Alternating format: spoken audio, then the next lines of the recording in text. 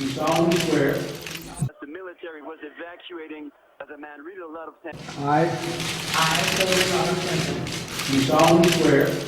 2008 সালে প্রেসিডেন্ট নির্বাচিত হয়ে পররাষ্ট্রমন্ত্রী হিসেবে সাবেক ফার্স্ট লেডি হিলারি ক্লিন্টনকে নিয়োগ দেন বারাক ওবামা।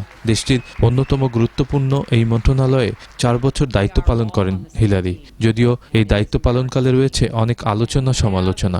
এর আগে তিনি 2001 থেকে 2009 সাল পর্যন্ত ছিলেন সিনেটর। আর তাই প্রতিদ্বন্দ্বীদের চেয়ে হিলারিকে বেশি অভিজ্ঞ মনে করছেন ডেমোক্র্যাট নেতাকর্মীরা। With the temperament of Donald Trump is not in charge of the law. I think that it's more likely that Hillary Clinton will win than that she won't, but since there's still a chance that she won't win, that's why I'm here making phone calls. This is the opportunity that Hillary Clinton can start and become the president of the United States of America. Win, win, win. Hillary wins. হিলারির বিপরীতে প্রধান প্রতিদ্বন্দ্বী Donald ট্রাম্পকে আমলে নিতে যথেষ্ট আপত্তি Democrat নেতাকর্মীদের।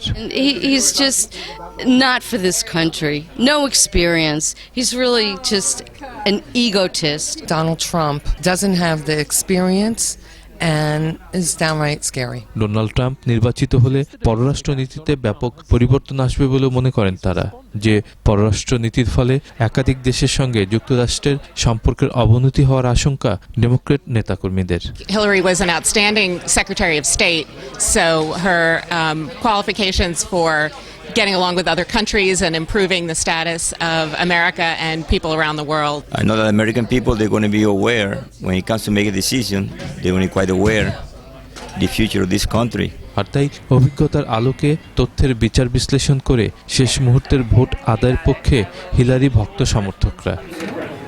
নির্বাচনের প্রায় দ্বারপ্রান্তে এসে ডেমোক্রেটিক দলীয় নেতা কর্মী এবং ভলেন্টিয়ার্সরা তারা বাড়ি বাড়ি যে ভোট নাচে, তারা হিলারি ক্লিন্টনের বিগত দিনের যে কর্মকাণ্ড, ভূমিকা এবং পররাষ্ট্রমন্ত্রী থাকাকালীন সময়ে বিশ্ব শান্তি প্রতিষ্ঠা এবং যুক্তরাষ্ট্রের অর্থনৈতিক উন্নয়নে যে ভূমিকা রেখেছেন সেগুলোর চুলচেরা বিশ্লেষণ করে টেলিফোনে প্রতিটি ভোটারকে তারা জানানোর চেষ্টা করছেন। আর এইভাবে তাদের এই ক্যাম্পিংয়ের মাধ্যমে হিলারিকে জয়লাভ করাতে পারবেন বলে মনে করছেন এই দলীয় নেতাকর্মী এবং ভলেন্টিয়ার্সরা। এখন দেখার বিষয় 8 তারিখ নির্বাচনে হিলারি জয়লাভ করেন কি করেন না। আর জয়লাভ করলেও বিশ্ব শান্তি প্রতিষ্ঠা এবং যুক্তরাষ্ট্রের অর্থনৈতিক উন্নয়নে হিলারি ক্লিন্টন কতটা ভূমিকা রাখতে পারেন।